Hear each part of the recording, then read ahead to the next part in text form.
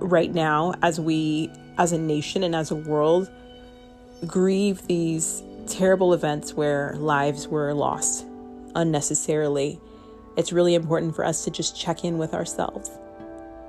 One thing that I learned recently from my therapist is to ask the question, how am I feeling and what am I going to do about it? And I think it's very empowering because we are acknowledging our emotions, but we are choosing the action and reaction that goes with it.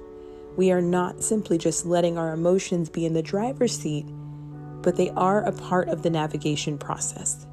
So for instance, if you wake up and you're like, wow, I'm feeling really frustrated. Well, what are you going to do about it? Let's explore why you're frustrated. Let's explore what our necessary action could be to address it.